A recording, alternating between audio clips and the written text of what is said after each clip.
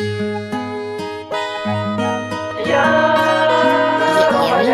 the beat. Yes.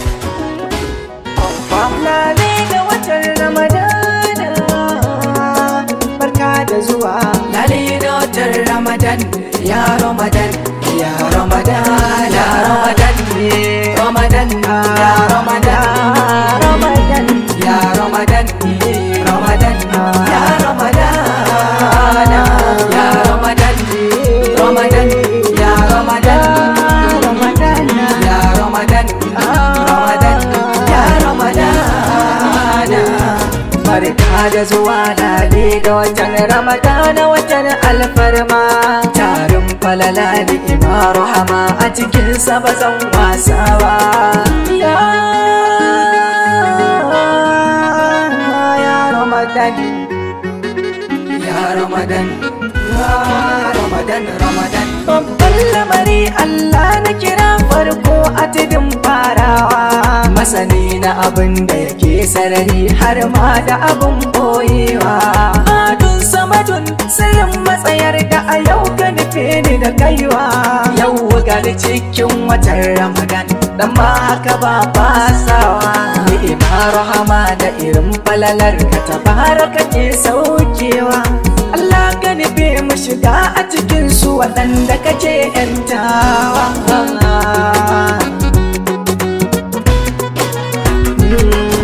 Tsira ka daɗa adadi na yawan da ya zarce a yau lissafi. Kun sha matsayi taskar masana da asansa muke da fifi. Gwanin da isa take durƙusa a gabansa ta kai mardafi. Mai matsayi da cikar asali, ku zo ku ga sanfi sanfi. Annabin mu kai da kai muka bi, cikin haka ba ma haufi. Albarkacin ka shi muka ji a cikin watan nan babba. Ya Ramadan, Ramadan, ya Ramadan, Ramadan, ya Ramadan, Ramadan, ya Ramadan, ya Ramadan, Ramadan, ya Ramadan, Ramadan, ya Ramadan, Ramadan, ya Ramadan. Yan uwana kun ji, kare ku na zo da batukan azumi. Ai tun daga mu cikinsa, kaza so da a ce ya duka mu da dokai ni. Domin alfarmar da ke a cikinsa ya fi yawan darhami. To kun ji mu dage da yawan bauta, ibadar cike hurmi. Shika-shikan musulunci ya tabbata sai ka yarda da azumi. Wasaumin Ramadan, na san haka ne a tafarkin ilimi. Mai yawaita addu'a, zaka sadaka karbi jira.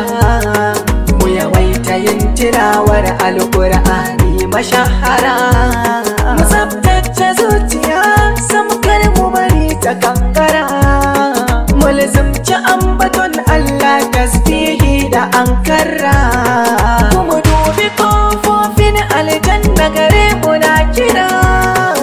Ya za a yi a ce mu kuma kasa zuwa mu tattara a gaban Ubangiji Rahimu mu roƙi gafara. Dan yayi alƙawar zai dube mu albarkacin ga na watan Ramadan.